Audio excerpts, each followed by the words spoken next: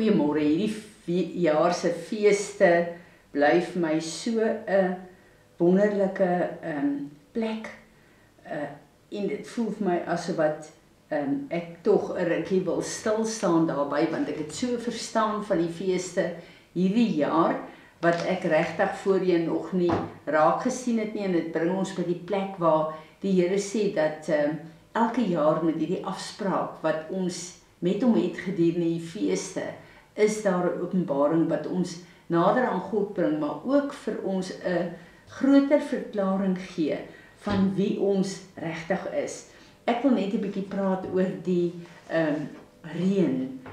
Ons weet dat die feeste is almal verbind aan oeste, die verskillende oeste wat daar is, maar die Here kom en hy sê vir ons dat hy gee vir ons 'n vroeë reën, maar hy gee ook vir ons 'n early rain en 'n later rain.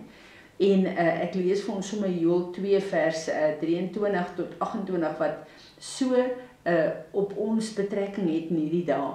Be glad, you children of Zion, and rejoice in the Lord your God. Dis Joël 2. For he gives you the former or the early rain in just measure and in righteousness, and he causes it to come down for the rain, the former rain and the latter rain as before. En dan gaan hy met die beloftes van die threshing floor shall be full of grain en die res daarvan. En dan sê hy ook dat in hierdie proses waar hy vir ons die vroeë reën gee en dan die later reën, in dit gaan hy sorg dat alles wat ons verloor het, alles wat die sprinkaan kom vreet het, alles wat teen ons was, sal hy kom en hy sal dit herstel. Nou wat is die betekenis van hierdie wonderlike profetiese woord in Joël? Nou ek het bietjie vir ons gaan kyk ook na die woorde, wat beteken hierdie vroeë reën en die laaste reën. En ek lees vir ons Sagaria 10 vers 1. Ask of the Lord the rain in the time of the latter or the spring rain. It is the Lord who makes lightnings which usher in the rain and give many showers and grass to everyone in the field. Nou as ons gaan kyk na die woord rein, dan is dit moreh in die Hebreëus, wat beteken 'n boogskutter, also teacher or teaching the early rain. Dan is een van die woorde daar, yara, en dit beteken properly to flow as water, that is to rain, to lay or throw an arrow, to shoot, to point out as if aiming the finger, to teach, to inform, to instruct. Hierdie is die woorde vir reën, the early rain and the later rain. Nou as ons kyk na hierdie woorde en dan kyk ons na die feeste wat God vir ons gegee het, hierdie feeste wat hy vir ons in Genesis 1 vers 14 as afsprake gegee het deur die jaar. God het eerste afsprake met ons gemaak in tyd en toe het hy die mens geskape. So hierdie afsprake vir God is so belangrik dat hy het op tyd gekry het voordat hy ons geskape het. En dis hoekom hierdie feestydde so belangrik in ons lewe is, hierdie afsprake wat God met ons het, dat ons dit sal nakom om hom te ontmoet, want hy wil ons leer. Elke jaar met elke fees is daar 'n groter openbaring wat die Here vir ons gee van hom, maar ook van wie ons is en van wie ons behoort te wees. En vir my is dit so wonderlik om te dink dat die Here vir ons hierdie feeste gespasieer het in 'n jaar, wat hy sê, hierdie is reën wat hy vir ons gee, the early rain and the later rain, en as ons dink aan niks kan groei sonder water en sonder reën nie, dan is hierdie om ons vrugbaar te maak, maar ook om elke jaar die saad wat ons dra te ontkiem vir 'n groter revelation, vir meer kos wat ons nodig het, vir die tyd waarin ons lewe. Nou as ons kyk na die 7 feeste, die eerste 3 is die early rain, En dan kry ons Pentekost, wat die bekragtiging is van alles. En dan kry ons die 3 laaste feeste, wat ons nou so pas gevier het, wat dan die letterrein is. Nou, hoe verskil dit van mekaar?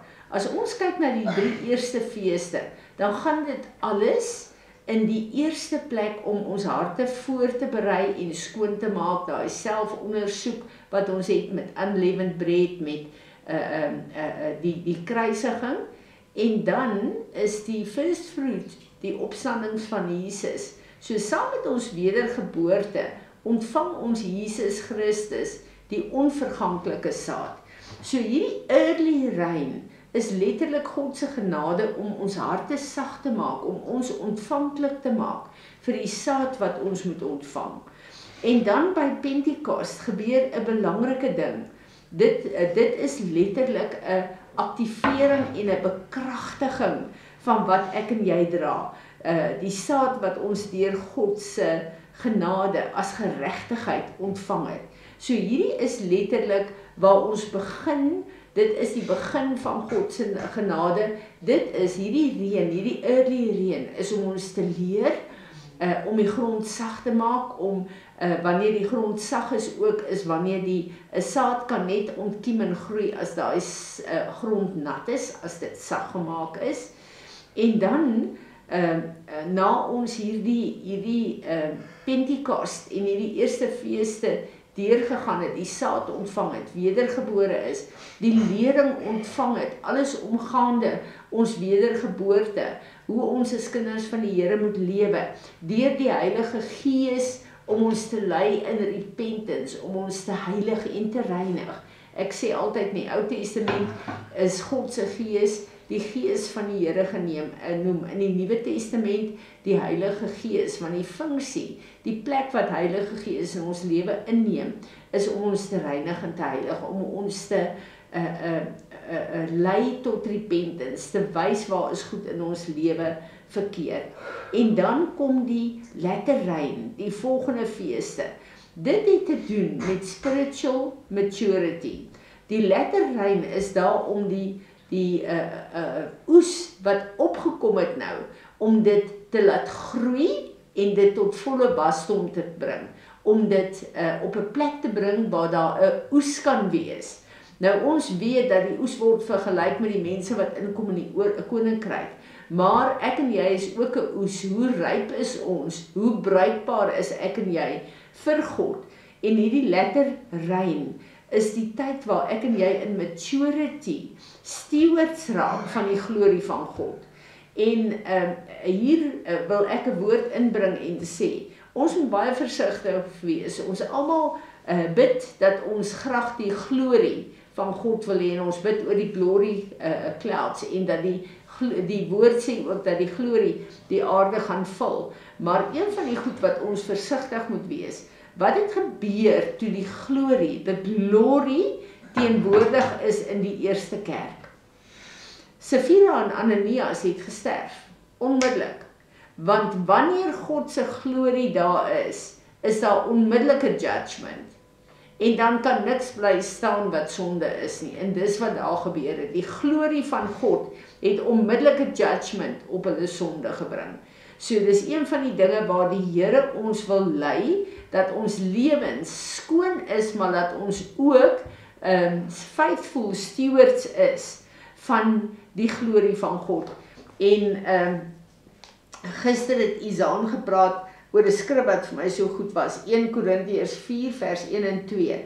So then let us, the apostles, be looked upon as ministering servants of Christ and stewards, trustees of the mysteries, the secret purposes of God.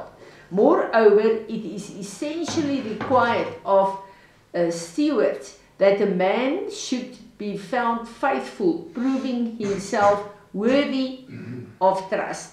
Nou ons kom uit hierdie fees uit, veral die water libation, waar die Here sê, as ons van hom drink, gaan strome van lewende water uit ons uitvloei. En hierdie het alles te doen met die letterrein. Letterrein beteken dat God sy woord, daai water deur ons wil laat vloei, en dat ons steward sal wees van sy woord. Nou wanneer jy 'n steward is jy in die eerste plek faithful in jou eie lewe en die plek van invloed waar God jou gegee het, in jou gesin, in jou omgewing, in jou werkplek. En ons moenie hier gaan en sê, maar dis vir die apostels nie. In Efesiërs 4 vers 11 sê die Here, hy roep ons elkeen as ministry servants in Jesus Christus hier op aarde. So, ons moet weet, dat ek en jy die woord van God, ons het die genade om te verstaan hoe die tye werk, ons het die genade om hierdie feeste te vier, maar wat is die uitvloei van hierdie jaar se fees? Is ek en jy op 'n plek waar ons die stewards gaan wees van God se woord, in die eerste plek in ons eie lewe, dan in ons gesinne, of gaan ons vasgevang word op die plekke, veral die groot ding waarmee almal sukkel, offense, gaan ek teruggehou word en my eie ding wil doen, wanneer iemand my kwaad maak, wanneer ek kwaad is vir my man, wanneer ek kwaad is vir wie ook al, of gaan ek op daai plek nie offense in stand hou nie, dit absoluut net eenvoudig ignoreer en vir daai persoon begin bid met die liefde van God in my hart, of is ons nog op 'n plek waar ons wil wys, ek is reg en jy is verkeerd, gaan nie oor die ander ou nie, dit gaan oor my en jou. Wat kies ek en jy as stewards van die woord van God? Kom ons lê onsself dan neer. Die Here sê vir ons, julle is my lewende offers, lê julle self neer. Dis wat dit beteken om die kruis van Jesus te dra.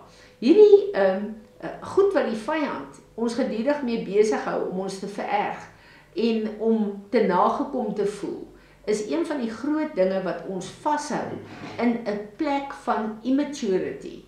En as ons net kyk na baie van kom ons kyk na verskillende kerke. Wie van hulle lewe in die early rain wat vasgevang is in die kruisiging en die opstanding van Jesus en daar bly staan. En hoeveel van hulle vloei onder die krag van die Heilige Gees om toe te laat dat ons geheilig en reinig kan word en stewards kan wees van God en van sy woord en van sy koninkryk. Ek dink dit het tyd geword om te kyk na onsself en te kyk na die goed wat ons toelaat om ons terug te hou. Hoeveel tyd spandeer ons om goed uit te sorteer in ons eie koppe? En meeste van die tyd sit ons vas met die goed en ons het al hierdie gesprekke, wat ons wil sê, hoe ons voel, hoe ons oor 'n situasie van byvoorbeeld offense. Want ek is reg en die ander ou is verkeerd. Hoeveel tyd gaan verlore en hoe hou dit my letterlik in my baba skoene? Dat ek net in myself gedurende striweling het en dat God se maturity en sy woord nie kan deur my vloei nie. Ek bid dat die Here ons sal help, dat ons steward sal wees en dat ek en jy onsself sal neerbuig en nie langer toelaat dat die vyand letterlik met ons jou speel nie. Vader, dankie. Dankie vir u woord wat so kosbaar is. Here Jesus, dankie dat u hierdie woord vir ons absoluut in vervulling gebring het op die kruis van Golgotha. Maar ek bid dat u opstandingskrag, deur Heilige Gees, ons sal laat stap in tyd, dat ons vir u hierdie volwasse stewards van u woord kan wees, dat ons die getuienis kan wees van wat u wil hê op aarde. Amen.